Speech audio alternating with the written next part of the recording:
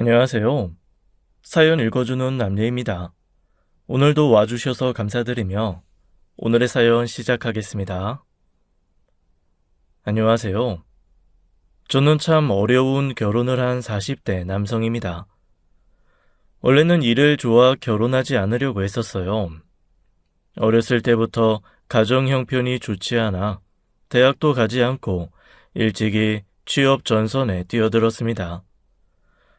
버는 건 전부 집에 가져다 주고 취미를 즐길 여유도 없이 그저 바쁘게 살았어요. 연애를 안 해본 것은 아니지만 저와 미래가 보이지 않는다는 이유로 전부 저를 떠났습니다. 그렇다고 여자친구들을 원망할 수는 없었습니다. 제가 생각해도 제 형편의 연애는 사치였으니까요.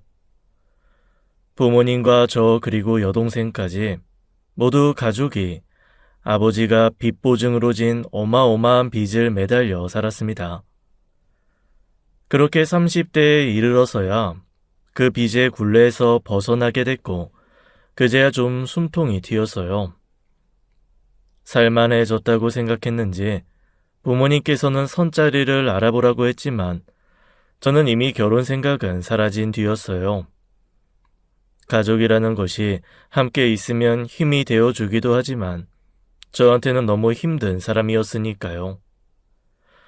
괜히 결혼해서 제가 겪었던 그 힘든 일을 사랑하는 사람에게 함께 짊어지게 하고 싶지 않았습니다. 그렇게 30대 후반까지 돈 모으는 재미로만 살았어요. 청춘을 부모의 빚 갚는 데 썼으니 이제 나를 위해 살아야겠다고 하면서 독립해 나와 부모와 거리를 두면서요. 그러다 한 여자를 만나게 되었습니다. 저와 비슷한 나이에 혼자서 참 열심히 사는 것 같다는 인상을 주는 똑부러지는 여자였죠. 함께하는 프로젝트 때문에 3주 정도 함께 일하게 되면서 저도 모르게 호감을 느끼게 되었습니다. 결혼은커녕 연애도 하고 싶지 않다고 생각했던 저에게는 참 드문 일이었지요. 그래서 프로젝트를 성공적으로 마무리하고 난 후 함께하는 식사 자리에서 조심스레 제 마음을 고백했어요. 성현 씨, 갑작스레 이런 말 어떻게 들릴지 모르겠지만 저는 성현 씨가 참 좋습니다. 괜찮으시면 부담 없이 자주 이렇게 밥도 먹고 차도 마시면서 만나봤으면 좋겠어요. 그렇게 고백해 본 것은 난생 처음인데다가 그 여자의 성격이 보이니 무척 긴장되었습니다. 연애세포가 다 죽었는지 내가 그 여자에게 제대로 된 호감을 표시했는지 그 여자는 어땠는지 기억도 잘 안 나고요. 너무 갑작스럽게 들이댄다는 생각에 저를 이상한 사람으로 생각하면 어쩌지 하는 불안도 있었죠. 그런데 그 여자는 그다지 놀란 기색도 없이 자뭇 진지한 표정으로 그랬죠. 죄송합니다. 저는 누군가 연애할 만한 여유가 없어서요. 더군다나 황 과장님께서는 나이도 있으시니 결혼을 생각하고 계실 텐데 저는 비혼주의자입니다. 황 과장님 정말 자상하고 좋은 분이라니 그에 맞는 좋은 분 만나실 거라고 생각됩니다.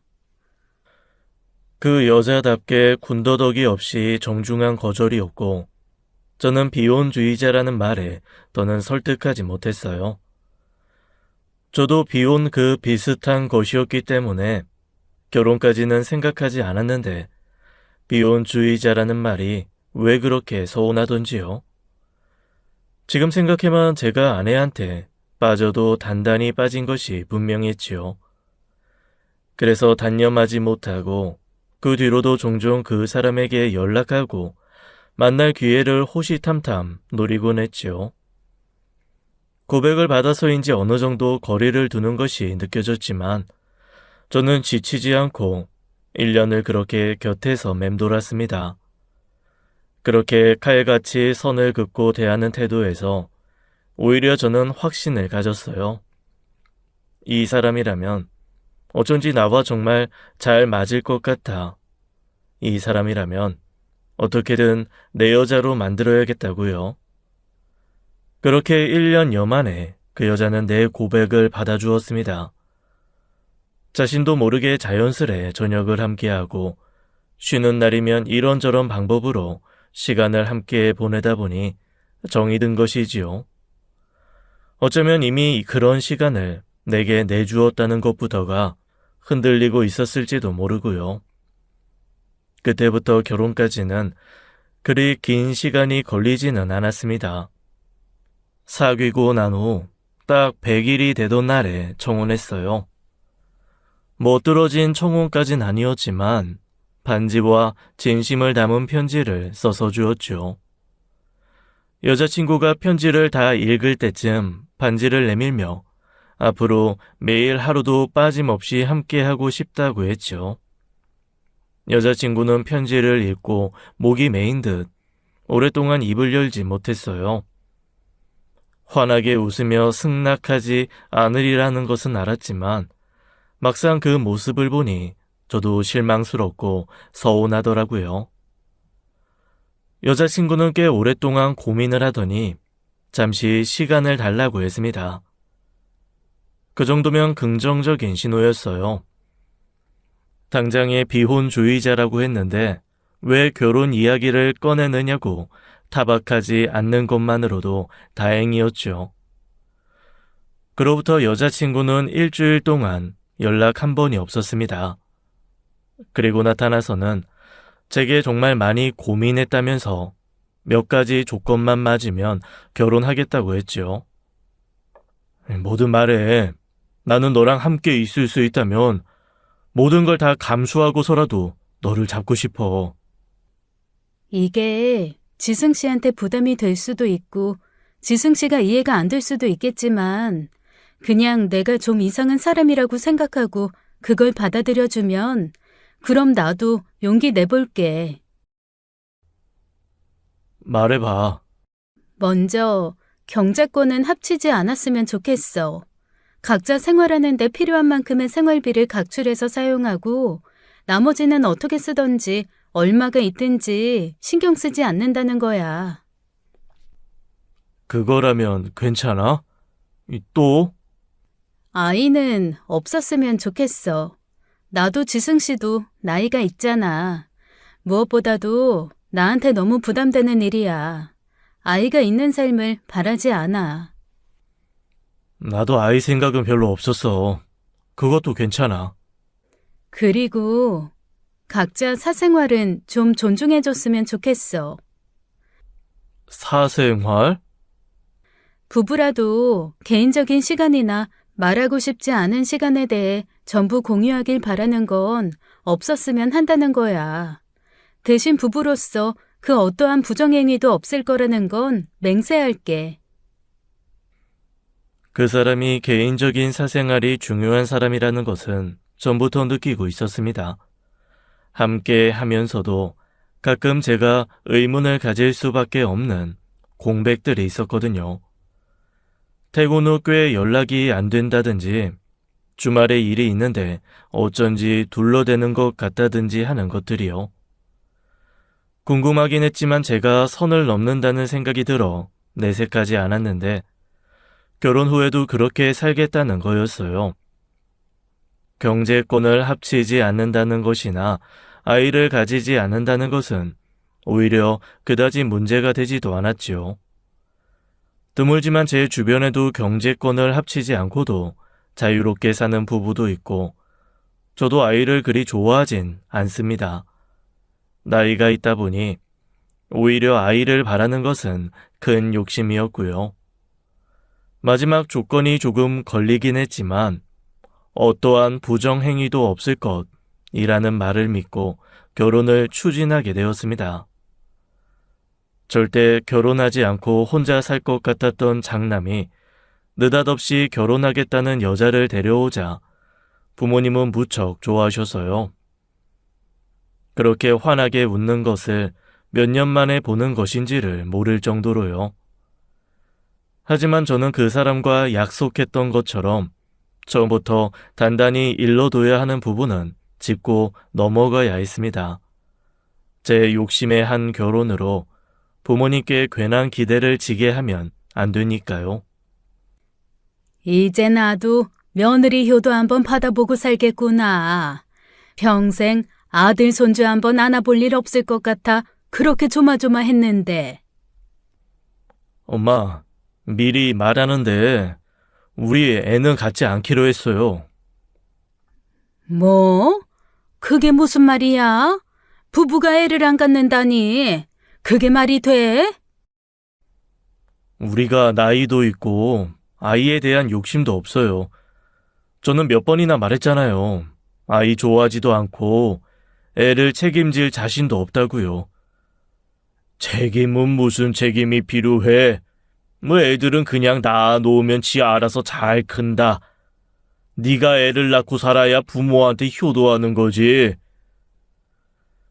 부모님께서 결혼만으로도 만족하실 수 있으면 좋았겠지만 원래 사람의 욕심은 더 많은 것을 바라게 되잖아요. 게다가 저 알아서 잘 큰다는 아버지의 말에 반항하고 싶은 마음도 잃었고 저도 강하게 나갔죠. 저 알아서 잘 큰다니요. 그냥 굶어 죽지 않은 것만으로도 잘 사는 거 아니잖아요. 저도 대학도 가고 싶고 다른 애들처럼 부모 돈으로 여행도 다니고 싶었어요. 뭐? 아버지가 저한테 일부러 그런 짐을 지워주지 않았듯이 저도 나중에 제가 어떻게 될 줄 알아요. 내 자식한테 제가 가졌던 짐 주고 싶지 않아요. 넌 그게 지금 부모 앞에서 할 소리야? 예, 지승아. 그건 어쩔 수 없었던 거잖아. 그러니까 너는 더욱더 열심히 살면서 애 낳아서 잘 키우면 되지. 자신 없어요. 그러니까 저희한테 손주는 바라지 않으셨으면 좋겠어요. 안 그럼 이 사람 부담스러워서 같이 보기 힘들어요. 나중에 돌아오는 길에 아내가 그러더라고요. 그렇게까지 이야기해 줄 줄은 몰랐는데 덕분에 그 자리가 참 든든했대요. 죄송스럽다는 생각이 들면서도 애매하게 자신을 나쁜 며느리로 만드는 것이 아니라 나쁜 아들이 되어줘서 고맙다고요. 대신 더 잘하겠다는 약속을 하면서요. 실제로 아내는 부모님께 잘했습니다. 어버이날, 두불 생신, 명절 할 것 없이 찾아가 생신상이며 차례상 차려내는 것에도 불만이 없었고요. 목욕탕을 좋아하지 않는다면서 저희 엄마가 좋아한다는 이유로 갈 때마다 함께 목욕탕을 가기도 하고요. 일주일에 한 번은 꼭 안부 전화를 드리고 그랬어요. 그런데도 부모님께서는 성에 안 차는지 왜 얼굴 보기가 힘드냐고 자주 타박하셨죠. 아내가 주말마다 봉사 활동을 가요. 보육원에 간다고는 하는데 어딘지는 절대 이야기를 안 하더라고요. 그게 아내가 말했던 사생활의 범주라고 생각해서 봉사 활동하는 날은 그냥 잘 갔다 오라고만 했습니다. 그런데 부모님께서는 무슨 날이 아니면 한 번을 찾질 않는다고 서운해하셨어요. 그래서 아내가 없는 날 제가 따로 고기를 사들고 방문하곤 했는데 며느리랑 올 거 아니면 오지 말라고 하더라고요. 아내에게 넌지시 그런 이야기를 하자 아내가 알겠다고 해서 서너 달에 한 번은 집에 찾아가긴 했어요. 사실 저도 내심 매주 봉사활동 갈 시간이 있으면 한 달에 한 번 정도는 시댁에 갈 수 있지 않나 그런 생각도 했고요. 지금 생각해보면 부모님만큼이나 저도 아내에 대한 기대와 욕심을 키우고 있었던 거예요. 그러던 어느 날이에요. 아내가 전화를 받더니 한참 아무 말도 없이 듣고만 있다가 갑자기 스피커폰으로 바꾸는 거예요. 안 그래요? 아니, 해도 너무하잖아요. 왜 말을 안 해요? 언니가 생각해도 그렇지 않아요? 듣고 있어요, 아가씨. 근데 그건 제가 결정할 문제도 아니고 설사 오빠가 그런 결정 내린다고 해도 제가 받아들일 수 있는 문제는 아닌 것 같네요. 왜 아니냐고요. 어차피 엄마 아빠 늙으면 모셔야 하는 건 오빠랑 언니인데. 두 분 지금도 그렇게 외로워하시는데 자주 찾아뵐 거 아니면 지금부터 같이 살면 되잖아요. 아가씨, 그렇게 두 분이 걱정되면 아가씨가 들어가서 살면 되잖아요. 아가씨도 아가씨 욕심에 결혼도 안 하고 자유롭게 살면서 왜 그걸 저한테 떠넘기려고 해요? 떠넘겨요? 우리 엄마 아빠가 짐이에요? 떠넘긴다는 표현을 쓰게? 말꼬투리 잡지 말고요. 저는 두 분께 며느리로서 할 만큼 하고 있다고 생각해요. 그 이상을 바라시는 건 욕심이죠. 언니가 부모님이 안 계셔서 그러나 본데. 야, 황지용! 아, 깜짝이야. 오빠도 같이 듣고 있었어요? 와, 언니 그렇게 안 봤는데 지금 뭐예요? 시부모님 문제로 상의하는데 오빠가 빠지면 되나요? 아가씨, 방금 말실수한 거 알죠? 뭐요? 내가 뭐라고 했는데요? 저 시댁이라고 그렇게 고분고분 할 말 못하고 살 사람 아니에요. 그리고 내가 그렇게 못마땅하면 없는 듯이 저한테 연락도 안 하면 되고요. 오빠랑 사는 것도 싫으면 오빠한테 말씀하세요. 오빠도 동의한다고 하면 이혼할 테니. 뭐예요?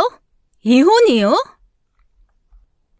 황지용, 너 지금 건방지게 무슨 짓이야? 너 한 번만 더 이 사람한테 연락해봐. 가만 안 둘 줄 알아.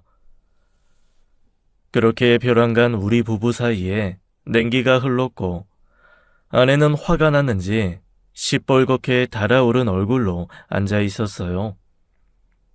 결혼하기 전 혼자 산다고 했을 때는 저 혼자 사는 집에도 오고 싶지 않다고 했던 부모님이세요. 명절이나 어버이날에만 내려와도 좋아하시고 생일에 전화만 드려도 반가워하신 분들이거든요. 그런데 결혼한 뒤로 점점 더 바라는 것이 많아지니 내가 이 사람한테 얼굴을 들 수가 있어야지요. 결혼 전에 우리 집은 그런 간섭도 바라는 것도 없는 집이라고 그렇게 안심을 시켜두었는데 말이에요. 엄마가 자꾸 여동생한테 전화해서 집사람 흉을 보고 아쉬운 소리를 하니 여동생이 그렇게까지 나온 것이었어요. 자기도 듣고 싶지 않았겠죠. 온갖 잔소리 때문에 부모님을 뛰쳐나와 혼자 자유롭게 살고 있는데 오빠 부부 때문에 그런 소리 들어야겠냐고요. 그래도 부모가 없어 그렇단 말은 선을 넘어도 한참을 넘었죠. 어렸을 때 사고로 부모를 잃었다는 아내는 결혼식 때에도 어렸을 때 키워준 이모님 부부가 혼주석에 앉아주셨어요. 결혼식도 올리고 싶지 않다는 거 부모님 소원이라 어떻게든 머리수를 맞춰 소규모라도 진행을 한 것이었고요. 근데 그것을 여동생이 무기처럼 사용할 줄은 몰랐죠. 저도 화가 나고 아내 보기 낯뜨거운 것이 안절부절 못하겠더라고요. 그날 아내는 한참을 고민하다가 딱 한마디 했습니다. 이런 문제로 분란 생기는 게 싫으면 이혼해 줄 테니까 말해. 저는 아내가 참 좋았습니다. 회사에서도 능력을 인정받는 사람이었고 주변 사람들한테 참 잘했어요. 그런데 가끔은 아내가 원망스럽더라고요. 부모님 문제가 생길 때마다 이혼이라는 카드를 너무 쉽게 꺼냈으니까요. 마치 우리 결혼 생활에는 아무런 미련이 없는 사람처럼 보였으니까요. 부부에게 갑과 을이 있어서는 안 되지만 그런 말에 서운함도 비치지 못하는 것을 보면 전 그 사이에서 확실한 을이었습니다. 그래도 아내의 마음까지는 의심하지 않았어요. 부모님 문제만 아니면 정말 따뜻하고 다정하게 대해주는 사람이었고 무엇보다도 저에 대한 배려가 확실했거든요. 일은 엇비슷하게 끝나는데 매일 저녁을 차려주고 가끔은 피곤하니 설거지도 하지 말라고 자기가 다 해요. 샤워하러 들어가기 전에 속옷과 갈아입을 옷을 하루도 빠짐없이 미리 챙겨놓고요. 늘 습관처럼 제 얼굴을 살피며 뭐가 부족한 거 없는지 머리도 만져주고 피부도 만져주면서 화장품도 발라주었지요. 정말 이 사람은 이 집에서만큼은 나밖에 안 보이는구나 싶을 때가 한두 번이 아니었어요. 텔레비전을 보다가 목이 건조해 기침이라도 하면 어느새 물 한 잔 떠다 주곤 했으니까요. 그러던 어느 날 아내 핸드폰에 찍힌 사진을 옮기려다 어쩌다 아내의 급여 명세서를 확인하게 되었습니다. 그런데 제가 생각했던 것보다 한참 웃도는 급여를 받고 있더라고요. 거기다 지금 하는 일 외에 따로 시간을 내어 번역 작업을 하면서 프리랜서로 받는 돈도 있었고요. 그런데 아내는 결혼 전 모아놓은 돈이 거의 없었어요. 집도 제가 살던 집에 그대로 들어와 살았고 소파와 텔레비전 정도만 바꿨을 뿐이니까요. 부끄럽지만 사정이 있어 모아놓은 돈이 없다는 말은 했었지만 결혼하고 싶은 마음에 상관없다고 생각했었습니다. 그런데 점점 살다 보니 그게 참 이상하더라고요. 씀씀이를 보면 그렇게 돈을 많이 쓰지도 않아요. 그런데 확실히 돈을 모으고 있지 않다는 것을 알게 된 사건이 있었죠. 여동생이 이사하면서 계약금 얼마가 부족하다고 빌려달라고 한 거예요. 다음 주에 나올 돈 있으니까 바로 줄게. 좀 도와줘. 나도 당장 그렇게 큰 돈은 없는데 아이 다 적금 넣고 그래서 해약해야 돼. 아, 진짜 급한데. 딱 일주일만 쓰고 줄게, 오빠, 어? 있어봐. 정 안 되면 대출이라도 받아봐야지. 부부 공공으로 넣는 적금과 따로 남은 돈은 적금과 주식에 투자하고 있어서 현금이 많지 않았어요. 여동생이 빌려달라는 돈이 기 1,000만 원이었는데 당장에 그 큰 돈을 바로 꺼내 쓰기는 어려운 상황이었고요. 그래서 아내에게 사정을 말하니 아내도 난처한 얼굴로 그 큰 돈을 당장 어디서 구하냐고 하더라고요. 당신 따로 모아둔 현금은 없어? 없지. 아가씨, 많이 급하대? 어디 따로 돈 구할 곳은 없고? 없대. 돈도 집 전세금이 빠져야 생기는 거고 다음 주에 계약건으로 목돈이 생기니 바로 준다고는 하는데 어쩌지? 일단 알았어. 그리고 아내가 어렵게 구해서 내민 돈은 500만 원이었어요. 아내가 저처럼 적금을 들고 있어서 해약하기 어려운 상황이라면 이해가 되지만 그 500이 대출받아 온 거더라고요. 회사에서 받은 거라 이율이산이 금방 쓰고 넣어 놓으면 이자 부담도 없으니 걱정 말라면서요.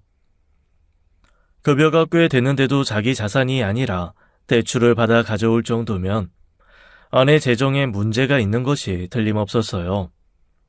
하지만 결혼 전 각자의 사생활을 존중하고 경제권을 합치지 않는 것이라는 조건을 내걸었기에 할 말은 없었죠. 그래서인지 저는 점점 아내에 대한 의구심을 키워가기 시작했습니다. 매달 생활비 외적으로 빠져나가는 많은 돈, 주말마다 거의 빠짐없이 참석하는 봉사활동, 그리고 가끔 늦은 귀가. 아내는 결혼 전부터 부정행위는 안 할 것이라는 맹세를 했고 제가 그것을 받아들여야 한 결혼이지만요. 가끔은 이게 과연 부부 관계가 맞나 하는 생각도 들었죠. 그런 불만이 커지니 자연히 제 표정이나 태도에 문제가 생기기 시작했고 그게 싸움으로 이어지는 날이 있었어요. 이번 달 전기세 너무 많이 나왔네. 에어컨을 많이 틀었나? 어디 봐. 글쎄, 작년이랑 크게 차이도 없는 것 같은데? 당신이나 나나 에어컨 바람 안 좋아해서 잘 때는 그냥 끌 때도 많았고 기껏해야 적정온도 28도라 많이 나온 것도 아니야. 이게 많이 나온 게 아니라고? 전기요금이 이 정도 나왔으면 많이 나온 거지. 당신 가끔 보면 약간 경제관념이 나랑 다른가 싶어. 갑자기 그게 무슨 말이야? 여기 봐봐. 다른 집이랑 비교해도 우리가 그렇게 많이 쓰는 것도 아니야. 그래도 아낄 수 있으면 아껴야지. 말이 나왔으니 말인데 공동 적금 비율을 좀 높였으면 해. 다음 달부터는 50씩 더 각출했으면 하는데. 50이나? 그럴 필요가 있을까? 다른 집처럼 애한테 드는 돈이 있는 것도 아니니 그만큼 돈 쓸 일도 많지 않은데. 그거야 경제권을 합쳤을 때 이야기지. 각자 쓸 거 다 쓰고 모으니 애 있는 집이나 우리나 뭐 다를 것도 없는데. 그래도 50은 좀 무리야. 그런 건 상의하면서 조목조목 따져가면서 결정할 일이지. 당신한테 50이 무리야? 당신도 회사 생활 꽤 했잖아. 게다가 번역 알바도 하면서 왜 그게 무리야? 내가 무리라고 하면 이해해줘. 그렇게 일일이 캐묻지 말고. 안 하기로 했잖아. 그래도 알 건 알아야지. 당신이나 나나 회사 급여 수입 뻔히 보이는데도 월에 50도 힘들다니까 이상하잖아. 당신이 뭐 사치를 하는 것도 아니고 특별히 취미가 있는 것도 아닌데. 지승 씨, 왜 또 그렇게 무게 잡아 이름 부르면 내가 뭘 어떻게 해? 알았다 알았어. 내가 말을 말아야지. 그 자리에서 아내가 또 이혼 카드를 꺼낼까봐 지레 겁먹고 피하긴 했지만요. 알아낼 길이 없으니 참 답답했지요. 그러다 우연히 아내의 입출금 내역을 보게 되었어요. 아내가 황급히 핸드폰을 치워버리긴 했지만 분명히 봤습니다. 아내의 통장에서 누군가에게 큰돈이 출금된 것을요. 일반인 월급만큼의 금액이었는데 저는 보자마자 그 사람에게 매달 같은 돈이 입금되고 있다는 걸 눈치챘습니다. 그게 딱 떨어지는 돈이었거든요. 아내가 개인적으로 쓰는 생활비와 각출한 생활비를 빼면 딱 그만한 돈이 나올 것 같더라고요. 대체 누구길래 그렇게 많은 돈을 보내고 있나 해서 결국 아내를 추궁하게 되었습니다. 우리가 아무리 경제권을 합치지 않겠다고 하긴 했더라도 말이야. 그래도 부부간에는 비밀은 없어야 하고 최소한의 신뢰는 있어야 한다고 생각해. 그래서? 당신 생활비 각출하고 남은 돈 어디에 쓰고 있어? 나는 따로 적금 넣고 주식하면서 나름 불리고 있어. 우리 부부에게 필요한 돈은 생활비에서 각출한 돈 아니야? 그거면 됐지 왜 그 이상을 요구해? 경제권도 합치지 않기로 했고 각자의 사생활도 존중하기로 했으면서. 존중해. 근데 알게 되면 존중 못하는 거야? 나는 알아도 존중해 줄 수 있어. 그냥 비밀이 없었으면 한다는 거야. 나중에 우리 아프거나 그래서 큰 돈이라도 들어가면 어쩌고. 미리 대비책도 있어야지. 그래서 보험도 충분히 들고 있잖아. 혹시라도 내가 큰 병 걸리게 되더라도 당신한테 경제적인 부담 주지 않을게. 그게 걱정될 것 같으면. 뭐? 이혼하자고? 당신 참 너무한다. 어떻게 매번 하는 소리가 똑같아. 우리 그냥 이혼하면 그만이야? 그만한 사이밖에 안 돼? 당신한테 부담 주기 싫어서 그래. 나는 그냥 내 일은 내 손에서 알아서 하고 싶어. 당신한테는 어떤 부담도 안 줄 테니까 그게 싫으면 그냥 당신 자유롭게 살았으면 좋겠어. 우리가 부부가 맞긴 해? 부담 주기 싫단 말에 내가 그냥 그렇구나 하고 넘어가야 하느냐고. 그러니까 그게 그렇게 이해가 안 되면 그냥 헤어지자고. 내가 지금 이혼하자고 하는 것 같아? 미안해. 그래서 말했잖아. 이기적인 거 아는데 그냥 이해해줬으면 좋겠어. 이해가 안 되더라도 그냥 나를 좀 이해해줘. 어? 이해가 안 되는데 이해해달라는 말처럼 모순적인 말이 또 있을까요? 그렇지 않으면 이혼하겠다. 으름장을 놔도 내가 놔야 할 상황인데 오히려 아내의 무기가 되었으니 말이에요. 압니다. 아내는 그것을 무기로 삼을 생각이 전혀 없었어요. 그래서 그게 더 나를 미치게 했습니다. 아내는 진심이었거든요. 무기가 아니라 진짜 내가 원하면 언제든지 이혼을 해줄 마음이었던 거예요. 그렇게 알게 모르게 아슬아슬한 생활을 하고 있었습니다. 그 뒤로 돈 이야기를 꺼낸 적이 없지만 어쩐지 아내와 제 사이의 거리가 좀 더 멀어졌다는 생각이 들었어요. 진짜 이혼하자고 할까봐 통장 내역을 봤었다는 말도 못하고 그렇게 불안만 키우던 어느 날이었습니다. 잘 준비하던 아내가 갑자기 전화기를 보더니 나갔다 온다고 하는 거예요. 이 시간에? 아이, 갑자기 어딜 나가? 급한 일이 있어서 늦을 것 같으니까 기다리지 말고 자. 무슨 일인데? 무슨 일이길래 이렇게 늦은 시간에 나가? 아이, 같이 가 그럼. 아니야, 나 혼자 갈 거야.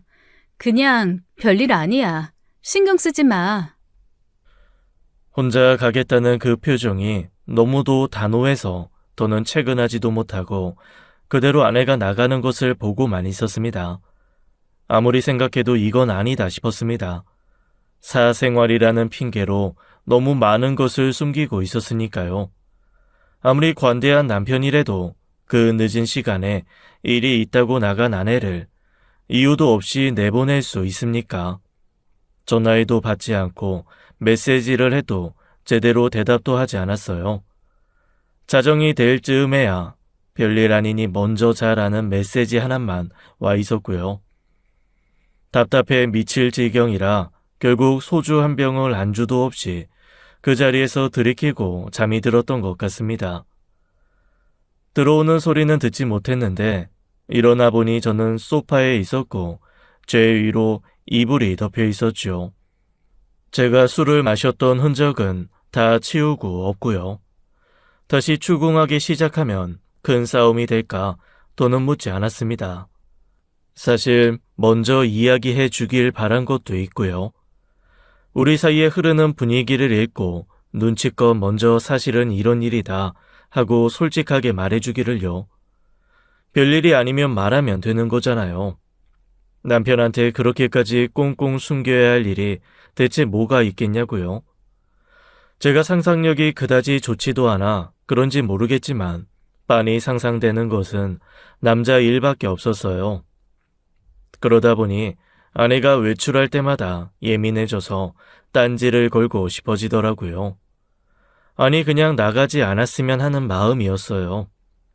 대체 나가서 누굴 만나는 건지 믿음이 가지 않았고 저는 그렇게 부부 사이에 균열이 생기고 있는 걸 느꼈습니다.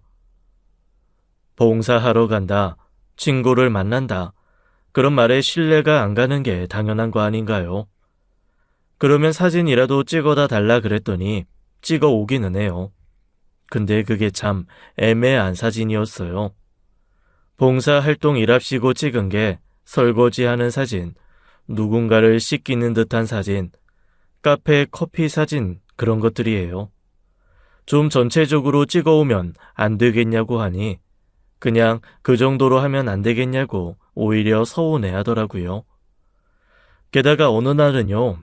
집에 돌아온 아내의 몸에서 맡아보지 못한 바디워시 향이 나는 겁니다. 그날은 봉사활동을 가는 날도 아니었는데 밖에서 씻고 온 사람처럼 낯선 냄새가 나니 얼마나 예민했겠어요. 당신 어디서 씻고 왔어? 왜? 이거 향기 우리 집 바디워시 향이 아닌데? 향수인가 보지. 아까 영주랑 백화점 갔다가 시향했었어. 어디 향수? 몰라, 기억 안 나. 기억해봐. 어디 건데? 여보, 어디 건데? 지금 내가 의심을 안 하게 생겼어? 나를 바보라고 생각하는 거야? 이게 어떻게 향수 냄새야? 당신 온갖 몸에서 다 나고 있는데. 당신이 예민해서 그렇겠지. 성현아. 여보, 내가 결혼 전 했던 약속 잊었어? 난 절대 그 어떤 상황이더라도 부부간의 부정행위가 될 수 있는 행동은 하지 않겠다고 맹세했어. 100번 양보해서 내가 설사 다른 마음 품게 된 남자가 있다고 하더라도 그건 당신이랑 이혼한 후지. 결혼 생활에선 절대 아니야. 그건 내 양심의 문제고 나는 죽어도 그런 짓은 못해. 당신 아직도 날 모르겠어? 저는 말문이 막혔습니다. 너무 잘 알아요. 아내 말대로 아내는 이혼을 하고 새 사람을 만났으면 만났지 바람을 피울 사람은 아닐 겁니다. 사람 일은 모른다지만요. 아내는 오히려 사랑하는 사람이 생겼다고 솔직하게 말할 사람에 가까워요. 하지만 의문이 풀리지 않으니 안심되지 않고 마음이 조급해질 수밖에요. 그래서 결국 아내를 재촉하기 시작했습니다. 밤에 아내에게 더 들러붙고 귀찮게 굴게 된 거예요. 마치 아내의 마음과 저에 대한 사랑을 테스트하기라도 하듯 밤마다 그렇게 아내를 원했어요. 아내는 순순히 저를 받아주었고 그렇게 밤을 보내고 나면 약간 그 마음이 좀 덜어지나 했습니다. 하지만 다음날 날이 밝으면 똑같아요. 아내가 회사를 가는 것조차 스트레스 받을 정도였죠. 차라리 회사도 가지 않고 집에만 있으면 좋겠다. 그러면 내가 불안한 일도 이렇게 초조할 일도 없을 텐데.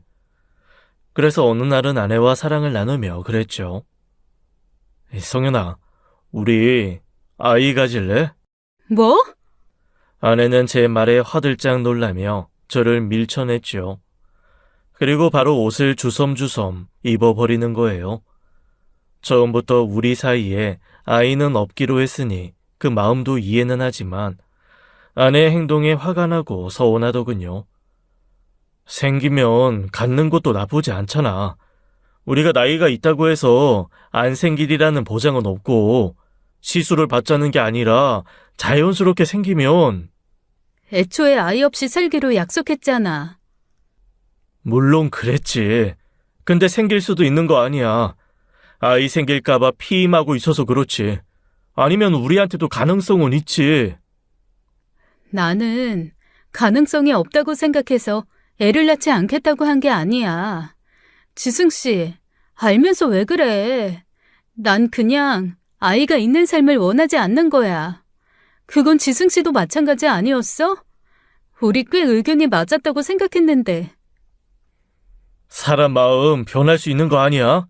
당신이 비혼주의자에서 결혼하게 됐듯이 내가 딩크족으로 살겠다고 했지만 결국 아이를 원하게 되는 것도 말이야. 아니, 그건 다른 문제야. 만약 당신이 아이를 원하게 될 거란 걸 알았더라면 아무리 당신이어도 난 결혼하지 않았을 거야. 그건 변하지 않는 사실이야. 대체 왜 그러는 건데? 애가 있으면 뭐 세상이 뒤바뀌어서 지옥이라도 돼?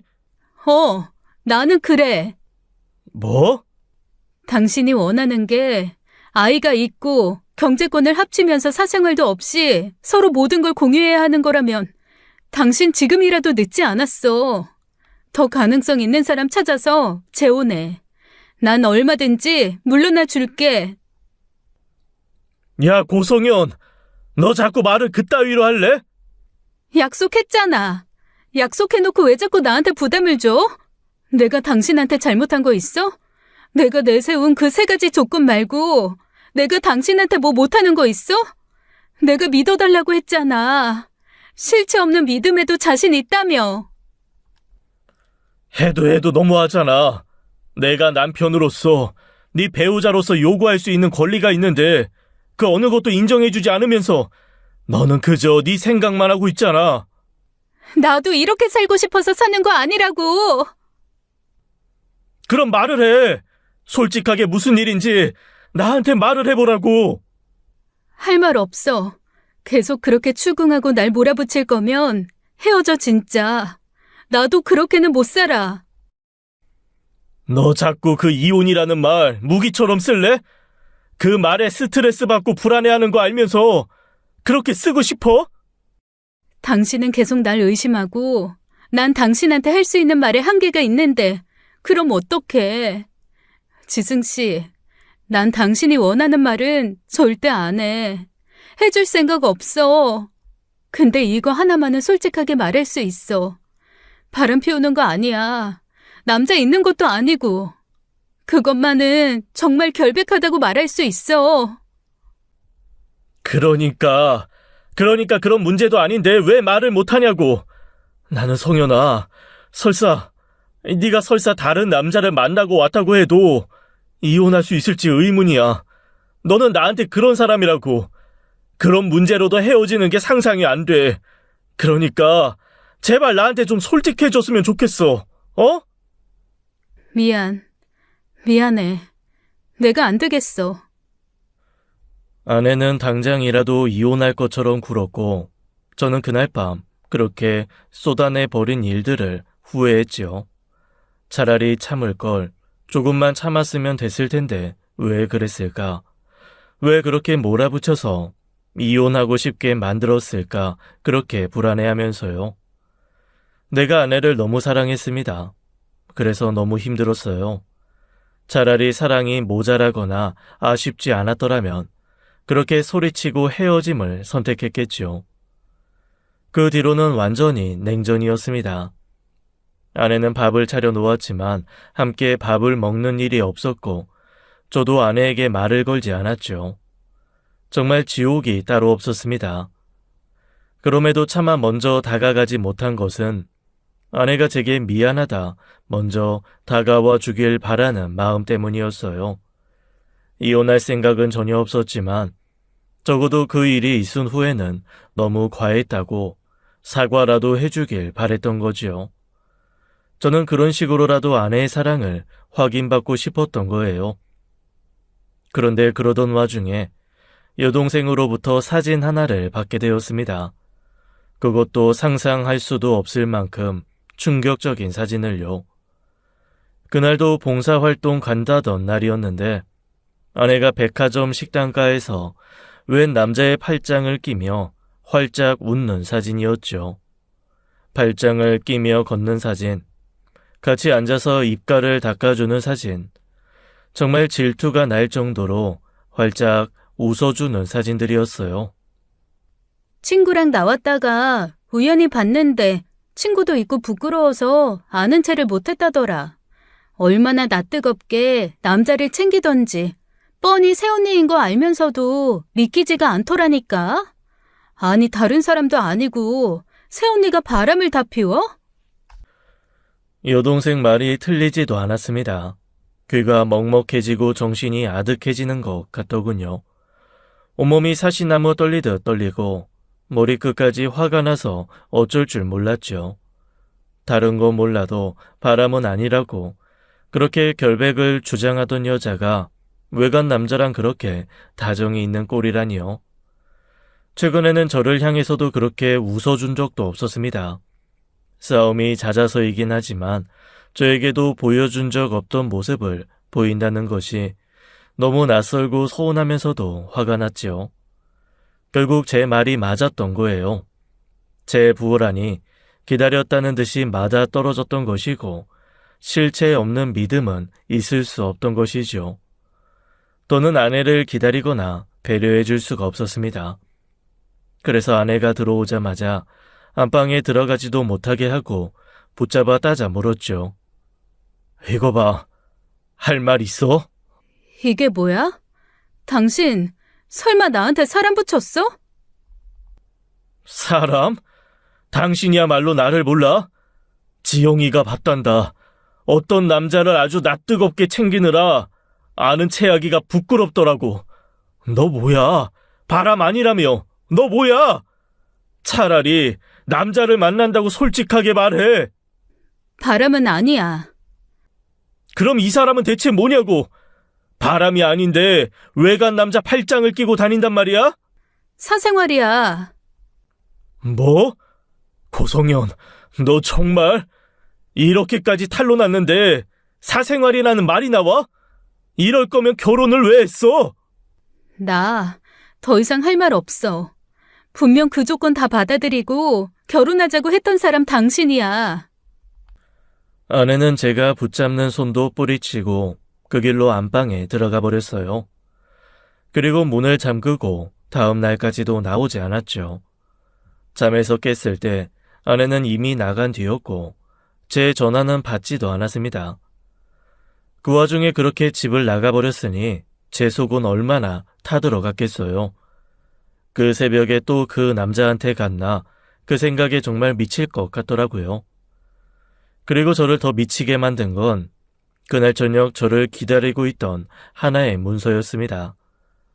이혼 서류였어요. 아내의 성격답게 깔끔하고 군더더기 없는 글씨로 채워진 항목들은 아내가 이혼을 원한다고 말하고 있었습니다.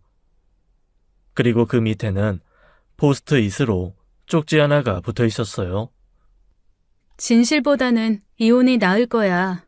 후회 없는 선택을 했으면 좋겠어. 그리고 그 뒤부터 전화, 메시지, 그 어떤 것도 되지 않았습니다.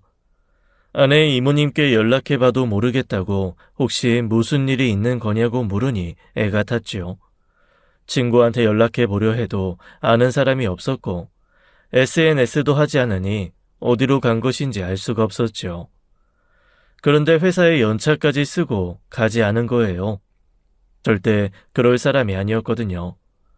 연차를 쓰고 여행을 가자고 했던 사람도 아니라 연말이나 돼서 남은 연차 어떻게 쓰냐고 곤란해하던 사람이에요.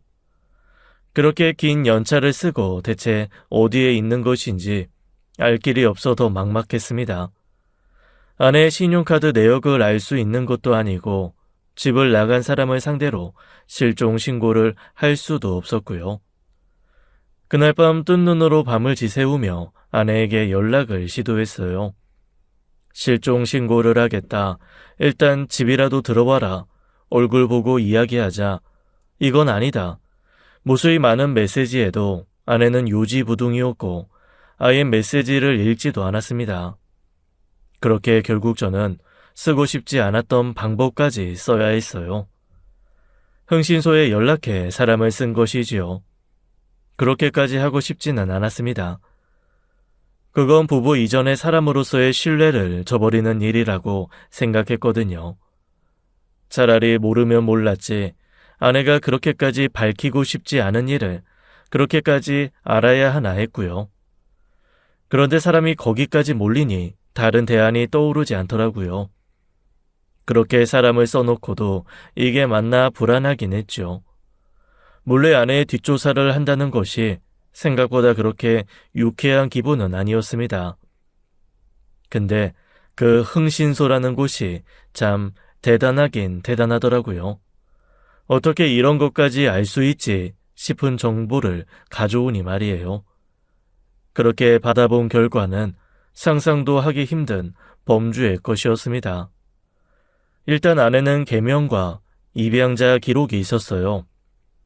부모님을 사고로 잃은 후 이모 부부와 함께 살았다는 것은 알았지만 입양 사실까지는 알지 못했어요. 거기다 입양 후 계명도 진행되어 유민영이었던 이름이 고성현으로 바뀐 것이었고요. 게다가 더 놀라운 것은 서류 속 이모 내에 입양된 사람이 아내 혼자가 아니었던 겁니다. 전혀 알지 못했던 5살 아래의 친동생이 있었던 거예요. 그리고 이모네 집에서 오고 가는 아내의 사진도 함께 받았습니다. 이모님께서는 전혀 모르는 사실처럼 굴었는데 사실은 그 집에 있었던 것이었죠.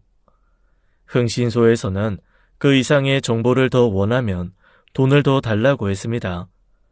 하지만 저는 거기까지 한 이상 아내를 만나 직접 듣고 싶었어요. 계명과 입양 기록은 굳이 제게 말할 필요 없는 과거였다고 칠 수 있어요.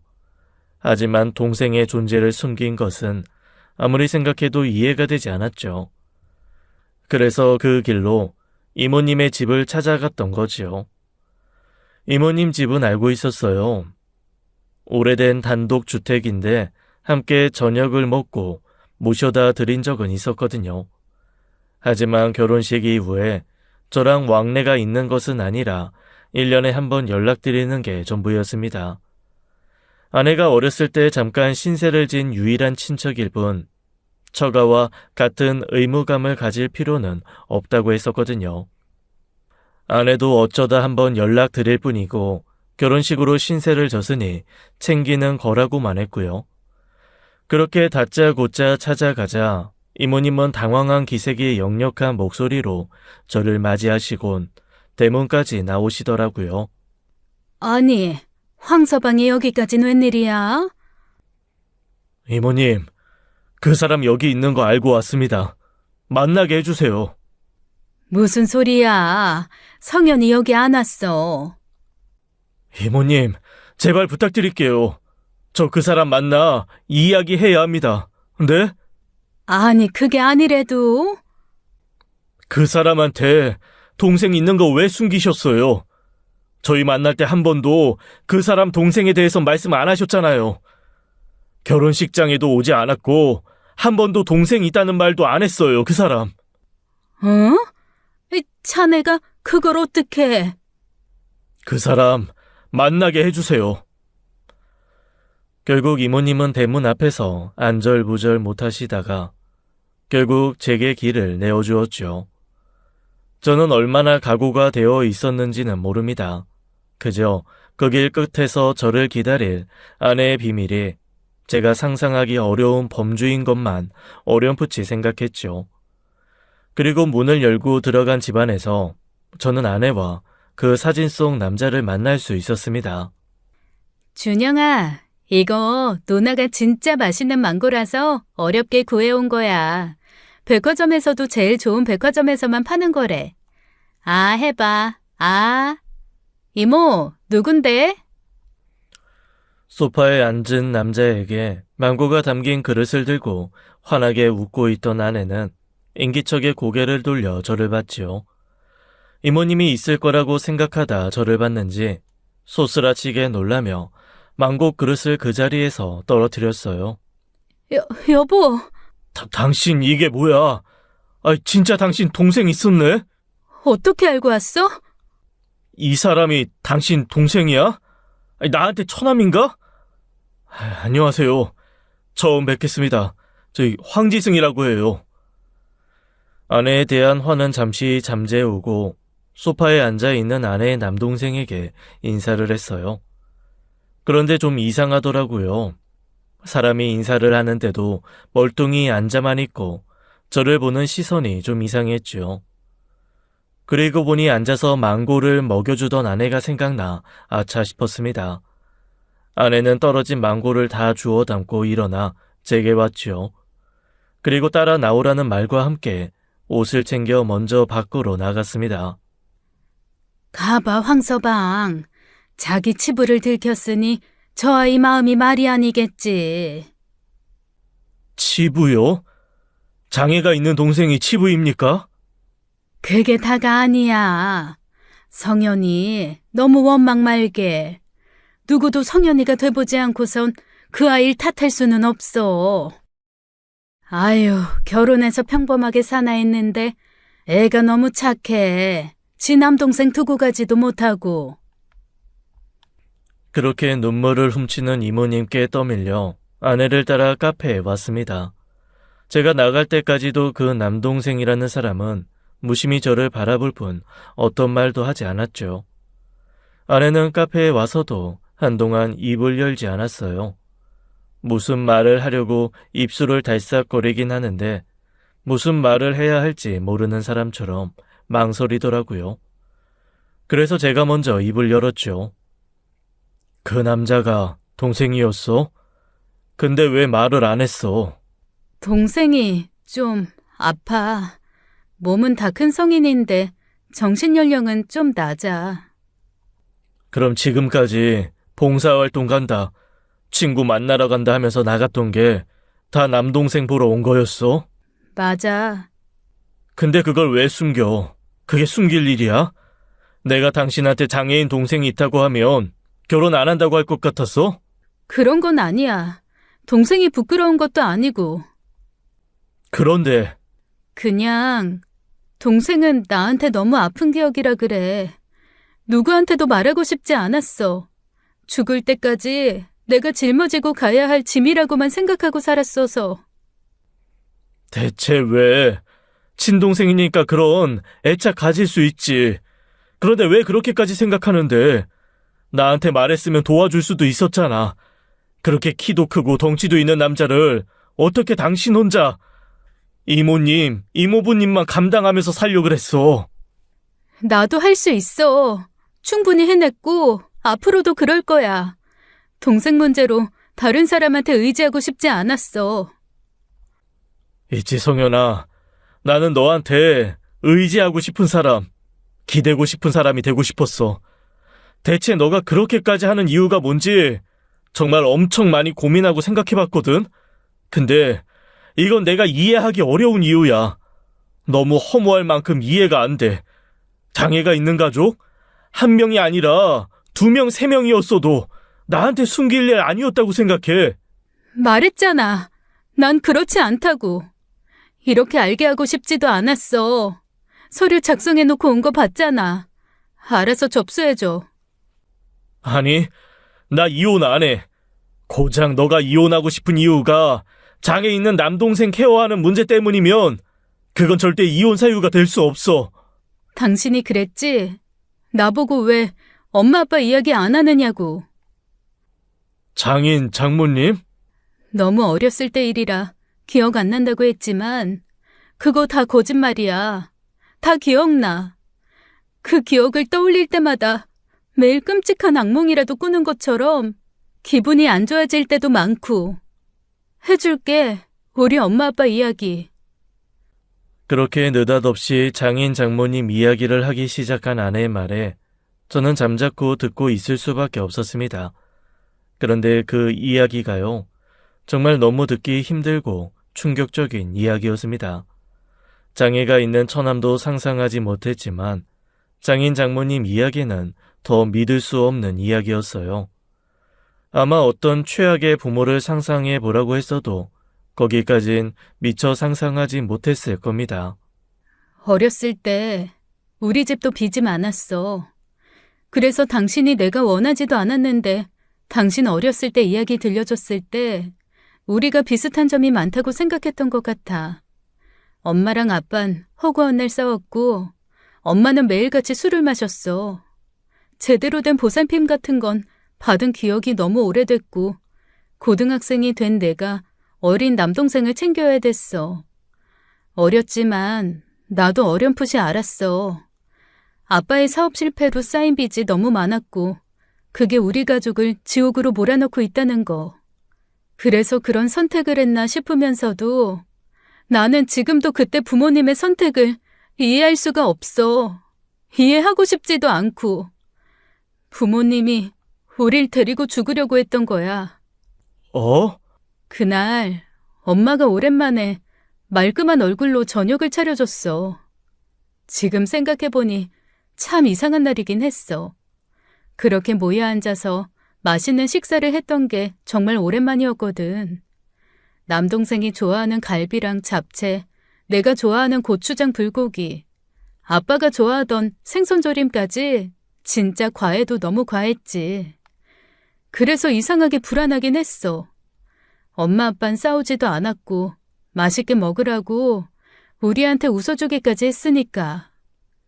그렇게 식사를 마치고 이상하게 너무 졸렸던 기억만 나. 그리고 정신을 차렸을 때 숨을 쉬기 힘들 만큼 연기가 많았고 나는 본능적으로 남동생을 챙겨서 집 밖으로 나왔어. 설마... 연탄을 피운 거야, 집에. 뒤늦게 신고를 받고 구급대원이 출동했는데 그냥 멀쩡히 살아남은 건 나뿐이었어. 엄마가 준 주스를 다 마시지 않아서 그랬나? 모르겠어. 차라리 그날 나도 죽어버렸으면 좋았을걸 그런 생각을 하면서 살았거든.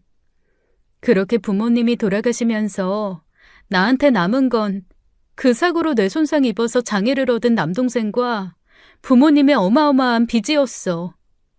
그나마 이모네 부부가 빨리 도와주셔서 상속 포기를 할 수 있었지만 앞으로 평생 내 짐이 될 준영이가 빚처럼 남아있었지. 그래서... 부모님이 너무 원망스러워, 지금도. 그게 나한테는 누구에게도 알리고 싶지 않은 치부야. 죽기보다도 싫었어, 그게. 그래서 결혼할 생각도 없었고, 이해한다고 하지만 결국 부담이 될 거니까. 당신도 다 이해하는 척하지만 결국 자식을 데리고 자살하려고 한 처가와 평생 늙어 죽을 때까지 초등학생보다 못한 상태로 살해야 하는 처남을 받아들이지 못해. 혈육인 나도 힘든데. 성현아, 나 당신한테 부끄러운 짓 한 적 한 번도 없어. 내 욕심에 한 결혼으로 이모한테 준영이 맡기고 왔으니까 그만한 대가로 매달 돈 붙이느라 돈이 없었던 거야. 최선을 다했어, 나는. 당신 아내로서, 시댁의 며느리로서, 준영이 누나로서.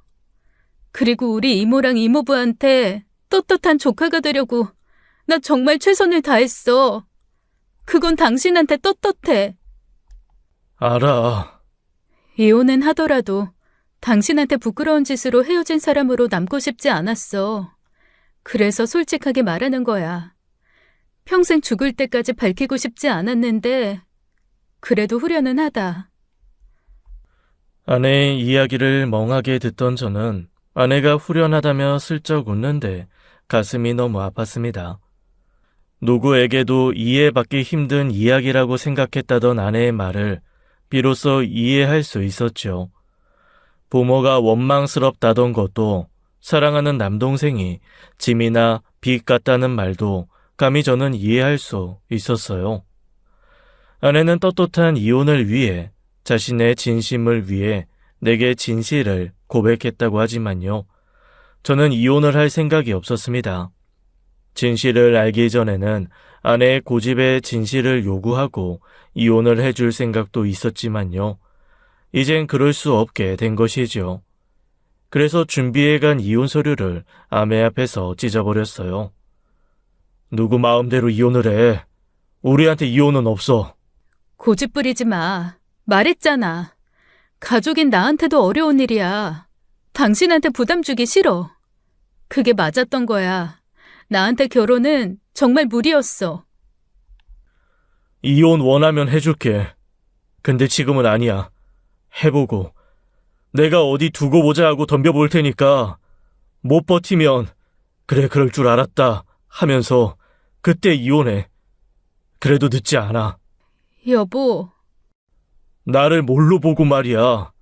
솔직히 좀 놀라긴 했는데 그게 내가 당신을 생각하는 마음이 변하게 하진 않았어. 이혼은 무슨 이혼. 그 길로 저는 아내의 손을 잡고 다시 이모님 댁으로 갔습니다. 그리고 다시 한번 처남에게 제 이름 석자를 알리며 매형이라는 말을 가르쳤죠. 말도 표현도 어눌하고 서툰 제 처남은 몇 달이 지난 지금 겨우 매형이 어디냐 물으면 저를 손으로 가리켜요. 안 되는 건 없습니다. 아내와 함께 매주 이모님 댁을 찾아가서 처남을 만나고 와요. 애초에 우리가 데려오는 것이 아내와 이모님 부부의 부담을 덜어주는 일이라고 생각했는데 이모님이 반대했지요. 처남을 어렸을 때부터 키운 터라 자식이나 다름없어 힘이 닿는 데까지는 이모님이 돌보고 싶다고 하신 거예요. 저희는 여전히 경제권을 합치지 않았습니다. 아내가 얼마를 벌고 얼마를 이모님 댁에 드리는지 몰라요. 그런데 상관없습니다. 적어도 사생활은 오픈이 되었으니까요. 아내가 어딜 가는지, 아내가 누굴 만나 무엇을 하는데 시간을 보내고 오는지 알게 되었으니 말이에요. 아내에게 무리하게 진실을 요구해 얻은 저만의 평화라고 생각하진 않습니다. 아내는 더 이상 봉사활동을 간다는 핑계를 대지 않아도 됐으니까요. 오늘 아침에도 준영이한테 갔다 올게 하는 아내의 얼굴이 그 어느 때보다도 밝아 저는 그게 너무 마음이 좋았습니다. 앞으로 처남과 아내의 과거가 아내나 저에게 짐이나 빚처럼 느껴지지 않도록 노력할 겁니다. 응원해 주세요. 지금까지 사연 읽어주는 남녀였습니다. 끝까지 함께 해주신 여러분 감사드리며 저희는 다음 사연으로 돌아올게요. 감사합니다.